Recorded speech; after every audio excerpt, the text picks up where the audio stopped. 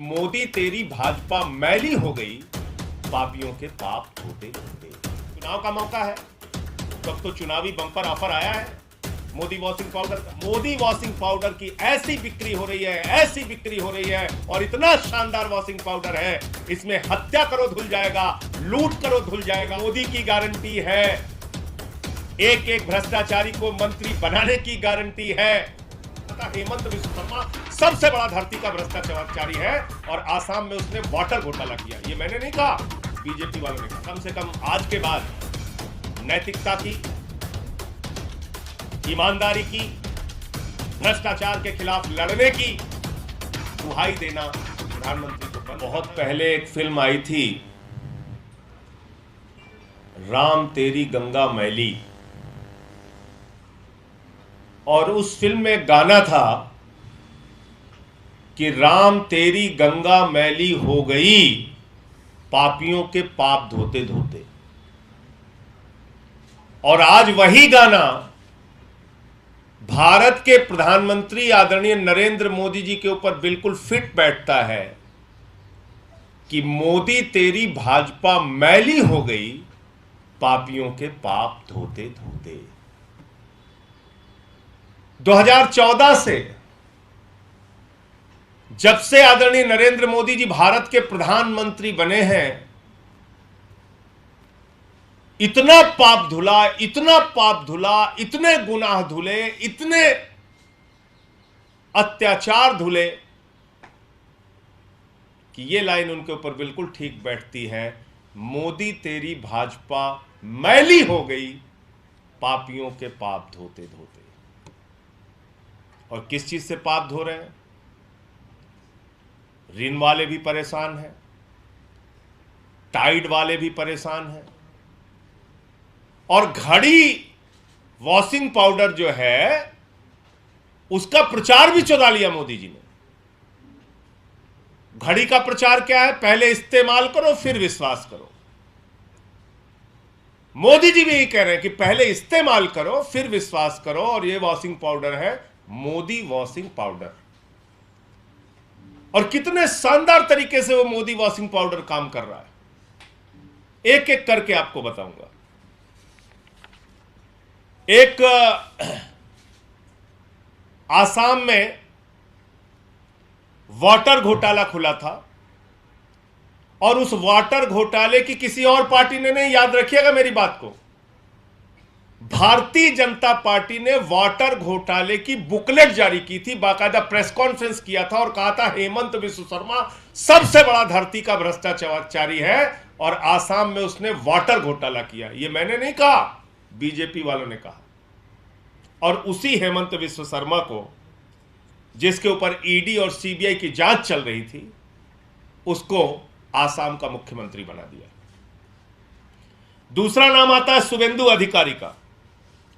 2017 में इसके ऊपर ईडी सीबीआई की जांच शुरू हुई, और इसको शारदा नारदा स्कैम में घोटालेबाज बताया। किसने? बीजेपी वालों ने, कोई दूसरी पार्टी वालों ने नहीं, बीजेपी वालों ने। और इसको अपनी पार्टी में शामिल कर लिया 2020 के अंदर, और इसको लीडर ऑफ अपोजिशन बंगाल के अंदर बना दिया। तीसरा नाम आता है येदियुरप्पा का। येदियुरप्पा के ऊपर हजारों करोड़ का माइनिंग घोटाला, रेड्डी ब्रदर्स पे घोटाला, और उस व्यक्ति को कर्नाटक का मुख्यमंत्री बना दिया। चौथा नाम आता है शिवराज सिंह का। उनके ऊपर व्यापम का घोटाला, बच्चों की नौकरी में घपलेबाजी करने का घोटाला, और उनको मध्य प्रदेश का मुख्यमंत्री बना दिया। पांचवा नाम आता है मुकुल राय का। नारदा स्कैम, शारदा स्कैम में इनके ऊपर ईडी सीबीआई की जांच चलती है, भारतीय जनता पार्टी में आते हैं, मोदी वॉशिंग पाउडर से धुले जाते हैं, और सारी जांच खत्म हो जाती है। छठवां नाम आता है नारायण राणे का, जिनके ऊपर लैंड स्कैम का आरोप लगता है, जमीन घोटाले का आरोप लगता है। और याद रखिएगा, मैं कोई घोटाला अपनी तरफ से नहीं बोल रहा हूं, भारतीय जनता पार्टी ने ये सारे घोटाले लगाए और ईडी की जांच चली और इनकी पार्टी में आ गया, बीजेपी में शामिल हो गया, तो केंद्र में मंत्री है। सातवां नाम आता है प्रेमा खांडू का। प्रेमा खांडू के ऊपर भी भ्रष्टाचार के मामले में ईडी की जांच चली, सीबीआई की जांच चली और क्रिमिनल कॉन्स्पिरेसी, करप्शन और क्रिमिनल कॉन्स्पिरेसी की जांच चली प्रेमा खांडू पर, और पूरी की पूरी सरकार लेके भारतीय जनता पार्टी में शामिल हो गए। फिर एक नाम आता है जय पंडा का। जय पंडा के ऊपर 2019 में पीएमएलए और फेमा के तहत भ्रष्टाचार के मामले लगते हैं, ईडी की जांच चलती है और उसके बाद भारतीय जनता पार्टी में शामिल हो जाते हैं। फिर एक नाम आता है पुरुषोत्तम साबरिया, यह गुजरात के नेता है, और पुरुषोत्तम साबरिया पर भारतीय जनता पार्टी ने इरिगेशन घोटाले का आरोप लगाया था, बीजेपी में चले जाते हैं। हसन मुशर्रफ, हसन मुशर्रफ का तो कहना ही क्या है। अभी कुछ दिन पहले ईडी की जांच चल रही थी, ईडी के छापे पड़ रहे थे हसन मुशर्रफ पे, और इनका एक नेता है बेचारा किरीट सुमैया। वो किरीट सुमैया जोर जोर से एकदम चिल्ला चिल्ला के कहता था मुशर्रफ को गिरफ्तार करो, मुशर्रफ को अंदर डालो, मुशर्रफ ने 100 करोड़ का घोटाला किया है। उसी हसन मुशर्रफ को कल कैबिनेट मंत्री की परसों शपथ दिला दी गई। एक नाम आता है छगन भुजबल का, महाराष्ट्र सदन घोटाला, और छगन भुजबल को कैबिनेट का मंत्री बना दिया जाता है। एक नाम आता है अजीत पवार का, जो इस समय सबसे चर्चित नाम है, जिसका जिक्र 3 दिन पहले रैली में भोपाल में प्रधानमंत्री जी ने किया। और भारत के प्रधानमंत्री आदरणीय नरेंद्र मोदी जी ने क्या कहा, वो आप सभी पत्रकार बंधुओं को जरूर सुनना चाहिए, पूरे देश को सुनना चाहिए, और भारतीय जनता पार्टी की असलियत पूरे देश के सामने आनी जरूरी है। एनसीपी पर भी करीब 70,000 करोड़ रुपए के घोटालों का आरोप है। महाराष्ट्र स्टेट कोऑपरेटिव बैंक घोटाला, महाराष्ट्र सिंचाई घोटाला, अवैध खनन घोटाला, इनकी लिस्ट भी बहुत लंबी है। ये 3 दिन पहले भारत के प्रधानमंत्री ने 70,000 करोड़ का घोटाला पकड़ा था। किसका? अजीत पवार का, एनसीपी नेताओं का। अजीत पवार पर सिंचाई घोटाला, कोऑपरेटिव बैंक घोटाला, तमाम घोटाले का आरोप भारत के प्रधानमंत्री ने लगाया, और उसी व्यक्ति को 3 दिन के बाद महाराष्ट्र के अंदर उप मुख्यमंत्री बनाने का काम किया। एक नाम आता है भावना गावली को शिवसेना ने शिंदे गुट का चीफ विप बना दिया पार्लियामेंट के अंदर। इनके ऊपर भी ईडी की जांच, 5 सम्मन किया था इनको ईडी ने इनको 5 सम्मन किया था, और ये इस समय शिंदे गुट की लोकसभा में चीफ विप है। एक नाम आता है प्रताप सरनायक का, और इनके ऊपर मनी लॉन्ड्रिंग का केस दर्ज किया था ईडी ने, और अभी ये शिंदे की शिवसेना में है। बाकी बहुत सारे नाम हैं। तो भारतीय जनता पार्टी का ये असली चाल चरित्र और चेहरा है।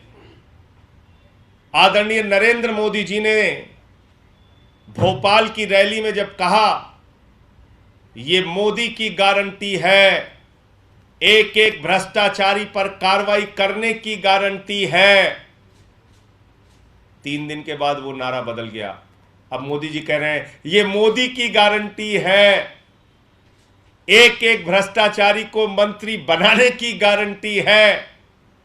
तो पूरब से लेकर पश्चिम तक, उत्तर से लेकर दक्षिण तक, 14 से लेकर 23 तक मोदी वॉशिंग पाउडर की ऐसी बिक्री हो रही है, ऐसी बिक्री हो रही है, और इतना शानदार वॉशिंग पाउडर है, इसमें हत्या करो धुल जाएगा, लूट करो धुल जाएगा, बलात्कार करो धुल जाएगा, भ्रष्टाचार करो धुल जाएगा, पूरा देश लूट लो, मोदी वॉशिंग पाउडर से उसको बिल्कुल साफ सुथरा धुल कर पाक साफ कर दिया जाएगा। लेकिन पत्रकार बंधुओं से मैं एक बात जरूर कहना चाहूंगा कि अब अगर ईडी और सीबीआई की जांच किसी के ऊपर चले तो आप मान लेना, दो भारतीय जनता पार्टी इस देश के अंदर चल रही है, एक भारतीय जनता पार्टी नरेंद्र मोदी और एक Bharatiya Janata party ED CBI गुट। और इसका एक ही काम है, क्योंकि प्रधानमंत्री कोई हथियारबंद गुंडे तो रख नहीं सकते कि भाई कहे कि जाओ आप किसी विधायक को पकड़ के लाओ, किसी मंत्री को पकड़ के लाओ, गन पॉइंट पे उसको शामिल करा लो। तो उन्होंने एक जांच एजेंसी बनाई, ईडी सीबीआई, और कहा कि विधायकों को तोड़ो, दलों को तोड़ो, लोकतंत्र को खत्म करो, संघीय ढांचे को खत्म करो। तो ईडी और सीबीआई से देश के अंदर दलों को तोड़ने और विधायकों को धमकाने का एक माध्यम बन गया है। आम आदमी पार्टी के बहादुर नेता मनीष सिसोदिया और सत्येंद्र जैन इनके आगे नहीं झुके, टूटे नहीं। बहुत कोशिश इन लोगों ने की दिल्ली के अंदर तोड़फोड़ करने की, सफल नहीं हुए वाजपेयी। आम आदमी पार्टी और अरविंद केजरीवाल एक ऐसे नेता है, हम लोगों पर चाहे जितने मुकदमे करो, चाहे जितनी प्रताड़ना दो, आपने 45 विधायकों पे दिल्ली के अंदर मुकदमे लिखे, हमारा कोई विधायक नहीं टूटा। आपने हमारे मंत्रियों पे फर्जी मुकदमे लिखे, हमारा कोई मंत्री नहीं टूटा। 36 किलो वजन कम हो गया सत्येंद्र जैन का, इतनी प्रताड़ना आपने दी, लेकिन मजबूती से वो खड़े रहे। इसलिए ये मोदी वॉशिंग पाउडर ये दिल्ली में फेल हो जा रहा है। यहां पर कोई दागदार है नहीं, तो दाग धुलने की जरूरत है नहीं, तो इसलिए इस वॉशिंग पाउडर की यहां जरूरत नहीं पड़ रही। पूरे देश में मोदी वॉशिंग पाउडर से अपना काम प्रधानमंत्री जी, और ये चुनाव का मौका है, तो अब तो चुनावी बम्पर ऑफर आया है मोदी वॉशिंग पाउडर का, चाहे जितना खरीदिए, चाहे जैसे पाप धुलवाइए। तो इसलिए कम से कम आज के बाद नैतिकता की, ईमानदारी की, भ्रष्टाचार के खिलाफ लड़ने की दुहाई देना प्रधानमंत्री को बंद करना चाहिए, वरना वो अब हंसी के पात्र बन गए हैं। उनके भक्त बेचारे 3-4 दिन से सदमे में हैं। जो लोग, किरीट सुमैया तो बेचारा छुपा छुपा फिर रहा है, वो लोग सदमे में हैं कि बताओ, जिन लोगों को गालियां दे रहे थे अब उन लोगों को गले लगाना पड़ेगा, जिन लोगों को गालियां दे रहे थे अब उनको लाइन में खड़े होकर माला पहनानी पड़ेगी, जिन लोगों से लड़ाई लड़ रहे थे अब उन्हीं लोगों के सामने लाइन में लगना पड़ेगा। तो मुझे ये बात कहनी थी, ईडी और सीबीआई के छापे इस देश में दलों और विधायकों को तोड़ने का माध्यम बन गया है, और महाराष्ट्र की घटना उसी का जीता जागता उदाहरण है। लेकिन एक बात मैं मोदी जी से कहना चाहता हूं कि मोदी जी, जब जब ऐसा खेल देश के अंदर हुआ है, जनता ने सबक सिखाया है, और महाराष्ट्र की जनता भी आपको सबक सिखाने का काम करेगी। सर, अनुराग ठाकुर ने दावा किया है कि एनसीपी वाले घटनाक्रम के बाद एक ट्रेंड सेट हो गया है और भी अपोजिशन पार्टियां एनडीए में शामिल हो सकती हैं। देखिए, अनुराग ठाकुर तो खैर छोटे नेता हैं। उनके जब प्रधानमंत्री नरेंद्र मोदी खुद ही ये बात कह रहे हैं चिल्ला चिल्ला के कि एक भी भ्रष्टाचारी नहीं छोड़ूंगा, हर भ्रष्टाचारी को बीजेपी में शामिल करूंगा, तो फिर वो ठीक ही कह रहे हैं कि जहां जिस पे भी होगा झूठे मुकदमे लिखो, किसी को भी फंसाओ, किसी के यहाँ ईडी भेजो, किसी के यहाँ सीबीआई भेजो, और दलों को तोड़ने का काम करो। लेकिन जब आप दलों को तोड़ते हैं तो जनता का दिल टूटता है, और जब दिल टूटता है तो मौके पर आपको अपने वोट की ताकत से जवाब देती है। लोकतंत्र में मालिक तो जनता है, वो जवाब देगी आपको। अभी एक लिस्ट है बीजेपी के नए प्रदेश अध्यक्ष बनाए गए, उनके पंजाब के प्रदेश अध्यक्ष सुनील अच्छी बात है, अपनी पार्टी का विस्तार करें, सबको बनाएं, कहाँ किसको बना रहे हैं उनकी पार्टी का विषय है। और 2024 से पहले आपको लगता है कि आम आदमी पार्टी की 2 स्टेट में सरकारें हैं, अब पार्टी इमर्ज कर रही है, लेकिन आपकी पार्टी पे भी दोबारा निशाना साधने की कोशिश की जा सकती है? आपने कुछ महीने पहले तो आरोप लगाया ही था, क्या आगे भी आपको लगता है कि आप पर भी इस तरीके की कोशिशें हो सकती हैं? देखिए, जब हम कह रहे थे तो आप लोग हमारी बात नहीं मान रहे थे। ये पूरे देश में यही धंधा कर रहे हैं। 2014 से ये वॉशिंग पाउडर जब से आया है, मोदी वॉशिंग पाउडर, इसका काम ही यही है। अब यहां दिल्ली में दिक्कत यह है, यहां कोई दागदार है ही नहीं है, यहां किसी पे कोई मामला है ही नहीं है।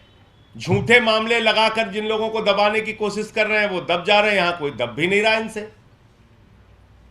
तो इसलिए दिल्ली में इनका प्रयोग फेल हो गया और उसी हद इन्होंने हमारे शिक्षा मंत्री को जेल में डाल दिया, हमारे स्वास्थ्य मंत्री को जेल में डाल दिया, तो यहां अपने हथकंडे अपना रहे हैं।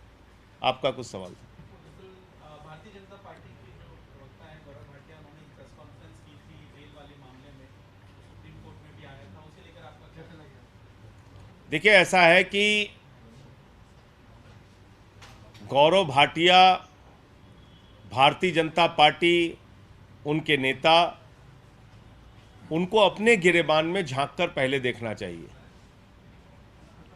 डेवलपमेंट के काम हमारी सरकार की प्राथमिकता में है। शिक्षा पे, स्वास्थ्य पे, बिजली पे, पानी पे, सड़क पे, जितना भी हमको काम करना हो रहा है हम कर रहे हैं। तो हम अपनी प्राथमिकताओं के हिसाब से कहाँ हमारा बजट लगना है, नहीं लगना है, वो हम तय करेंगे और इसके बारे में सरकार जवाब देगी न्यायालय को। भ्रष्टाचार का जिक्र भाजपाई कर रहे हैं। भाजपाई अब कम से कम भ्रष्टाचार के बारे में ना बोले तो अच्छा है। अली बाबा और 40 चोर की सरकार इस देश के अंदर चल रही है, पूरे देश ने देख लिया। और ये वो मोदी वॉशिंग पाउडर है, पहले इस्तेमाल करो फिर विश्वास करो। और नीचे लिखा हुआ है, हत्या का पाप धुलवाना है, लूट का पाप धुलवाना है, बलात्कार का पाप धुलवाना है, भ्रष्टाचार का पाप धुलवाना है। सारे पाप धुलने की गारंटी, चुटकियों में सारे पाप धुले, मोदी वॉशिंग पाउडर। इसलिए भाजपाइयों को अब कम से कम भ्रष्टाचार के बारे में बोलने का हक नहीं है। उनको सारे लोगों की फोटो अपने गले में टांग कर टहलना चाहिए। पूरब से लेकर पश्चिम तक, उत्तर से लेकर दक्षिण तक, मैंने बता दिया सारे नाम। इनकी सबकी फोटो अपने घर में लगाओ भाजपाइयों, एक एक कार्यकर्ता अपने घर में लगा के इनको रोज माला पहनाया करे। ये सारे तुम्हारे लिए आदरणीय है। येदियुरप्पा हो, हेमंत विश्व शर्मा हो, अजीत पवार, इनको माला पहनाओ, ज्यादा बातें मत करो। अब तुम पूरे देश के सामने बेनकाब हो चुके। यूसीसी पर भगवंत मान साहब का बयान आया है, तो चर्चा हो रही है कि क्या वो पार्टी के स्टैंड से अलग जा रहे हैं? नहीं, भगवंत मान जी का बयान मैंने सुना। उन्होंने भी कहा सभी समुदाय, सभी वर्गों से बातचीत करनी चाहिए। यही तो आम आदमी पार्टी कह रही है। सभी वर्गों, सभी समुदायों से आप बातचीत करिए। आपकी मंशा ही नहीं है यूसीसी लाने की। मोदी जी की सरकार 9 साल तक भांग खा के सो रही थी, अचानक 10 महीने रह गया तो कह रहे हैं यूसीसी यूसीसी यूसीसी। अरे भैया, ये यूसीसी यूसीसी नहीं है, ये है टमाटर के महंगे दाम से ध्यान हटाना है, मणिपुर में हो रही हिंसा से ध्यान हटाना है, 18 करोड़ नौकरी देने के सवाल से ध्यान हटाना है, 2022 15 अगस्त तक पक्का मकान देने के वादे से ध्यान हटाना है, काला धन और 15 लाख के वादे से ध्यान। तो इसलिए असली मुद्दों से ध्यान हटाना है, इसलिए ये फालतू की बातें कर रहे हैं। मैं तो पहले दिन से कह रहा हूं, अभी मैंने भगवंत मान जी को भी सुना।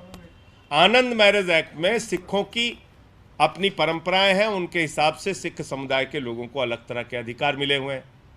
इसी प्रकार से जैन धर्म के अपने कुछ कानून हैं, इसी प्रकार से बौद्ध धर्म के लोगों के अपने कुछ कानून हैं, इसी प्रकार से देश के करोड़ों आदिवासियों के अपने रीति रिवाज और जमीन से संबंधित कानून हैं। भारतीय जनता पार्टी आदिवासियों और दलितों से नफरत करती है। और ये बात मैं इसलिए कह रहा हूं कि देश की राजधानी तो दिल्ली है, भारतीय जनता पार्टी की राजधानी नागपुर है। और वो नागपुर के प्रमुख कह चुके हैं इस देश में दलितों, पिछड़ों और आदिवासियों का आरक्षण खत्म होना चाहिए। तो ये यूसीसी नहीं है, ये देश के आदिवासियों, दलितों और पिछड़ों का आरक्षण खत्म करने की शुरुआत है। कल को आप एक देश एक कानून के नाम पे कहेंगे आरक्षण खत्म, सब समान, अरे भाई, जो लोग इस देश के अंदर सामाजिक आर्थिक रूप से पिछड़े हैं उनको आरक्षण की व्यवस्था है इस देश में। अब क्या करोगे? आदिवासियों की जमीन से संबंधित बहुत सारे कानून हैं, 371 में नॉर्थ ईस्ट के अंदर अपने कानून है, तो अब क्या करोगे? उनसे बातचीत की आपने? आपका खुद का दल एनडीपीपी, जिसके समर्थन में आप सरकार में है, नागालैंड के अंदर बैठे हैं, 5 मंत्री हैं बीजेपी के, इस्तीफा दिया उन्होंने। मेघालय में इनके मंत्री बैठे हुए हैं बीजेपी के, संगमा ने विरोध कर दिया यूसीसी का, इस्तीफा दिया बीजेपी के मंत्रियों ने। मिजोरम की सरकार ने विरोध कर दिया। तो इसलिए कोई तैयारी नहीं है, कोई सोच नहीं है, खाली दिन रात चिल्लाते हैं, कहते हैं गोवा का यूसीसी लागू करना है, गोवा का। अरे भैया, गोवा का यूसीसी पढ़ा है आपने? गोवा के यूसीसी में लिखा है एक हिंदू महिला को अगर बेटा नहीं होता तो पति को दूसरी शादी करने का अधिकार है। भाजपाइयों के मन में इसीलिए लड्डू फूट रहा है, कह रहे हैं दूसरी शादी करेंगे। बताइए आप, अगर ऐसा कानून पास करोगे पार्लियामेंट के अंदर तो तुम्हारी पत्नियां बेलन लेके दौड़ा लेंगी भाजपाइयों। ऐसे चक्कर में मत पड़ो, दूसरी शादी के नाम पे लड्डू फूट रहा है तुम्हारे मन में, कह रहे हो गोवा की तरह हम भी दूसरी शादी करेंगे। वाह भाई वाह, गजब का खेल है। और हिंदू अनडिवाइडेड फैमिली का एक्ट है। मैं इस देश के करोड़ों हिंदू भाइयों को भी बताना चाहता हूं, उस एक्ट में क्या लिखा हुआ है। हिंदू अनडिवाइडेड फैमिली के एक्ट में इनकम टैक्स के अंदर राहत मिलती है सिर्फ हिंदू परिवारों को, सिख और ईसाई और मुस्लिम परिवारों को नहीं मिलती है। तो हमारे जो वो अधिकार हैं हिंदुओं के, उसका क्या करोगे? तो बस कुछ नहीं, एक सुर्रा छोड़ दिया, बस चलो ठीक है। तो इसलिए ये सब चालबाजियां मोदी जी की पूरा देश समझ रहा है। देश के लिए कुछ करना है नहीं, खाली कराना है झगड़े, लड़ाई। मणिपुर के हिंसा पे बोलना नहीं है, मेट्रो में घूमना है, अमेरिका की सैर करना है, इससे ज़्यादा कुछ आता नहीं आप लोगों को। तो ये भारतीय झगड़ा पार्टी है, इससे सावधान रहिए सब लोग। पूरे देश में झगड़ा कराने का काम ये लोग कर रहे हैं। हिंदू का मुसलमान से झगड़ा, हिंदू का सिख से झगड़ा, हिंदू का ईसाई से झगड़ा, फिर हिंदू का हिंदू से झगड़ा, जाट का गैर जाट से झगड़ा, मराठा का गैर मराठा से झगड़ा, किसान का पुलिस के जवान से झगड़ा, पहलवान का पुलिस के जवान से झगड़ा। ये भारतीय झगड़ा पार्टी है, इससे सावधान हो जाइए। और मैंने आपको बताया चुनावी मौका है, बम्पर ऑफर आया है, जितने भी पाप धुलवाने हैं मोदी वॉशिंग पाउडर मौजूद है। धन्यवाद।